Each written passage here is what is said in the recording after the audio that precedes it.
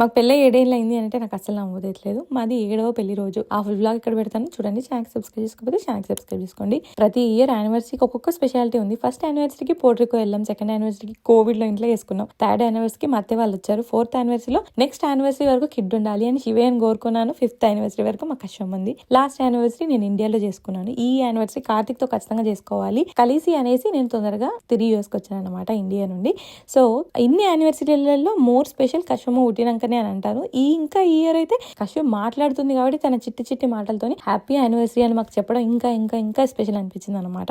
అలా మేము ముగ్గురం కలిసి ఈ యానివర్సరీకి సింపుల్ గా సెలబ్రేట్ చేసుకున్నాం. కార్తిక్ లీవ్ పెట్టాడు. సో మార్నింగ్ ఇంట్లో పూజ చేసుకొని గుడికి వెళ్ళి అక్కడ నుండి బయటకి కశ్యకి ఆడుకునేలాగా ఎంజాయ్ చేసేలాగా తనని మైండ్ లో పెట్టుకునే సెలబ్రేషన్ కూడా పేరెంట్స్ ఏమంటే అలానే మారిపోతాయి అనుకుంటా. అలా ఉండాలనే ఒక అక్వేరియంకి వెళ్ళాము. ఈ అక్వేరియం కి మా అత్తయ్య వాళ్ళతో కూడా వెళ్ళాం అనమాట. సో అలా అక్వేరియంకి వెళ్ళి రావడం, నైట్ డిన్నర్ కి బయటకు వెళ్ళాం, హ్యాపీగా మస్తు జరిగింది యానివర్సరీ. ఆ ఫుల్ డీటెయిల్స్ మీరు చూస్తే మీకు తెలుస్తుంది. ఇంకా ఛానల్ సబ్స్క్రైబ్ చేసుకోండి.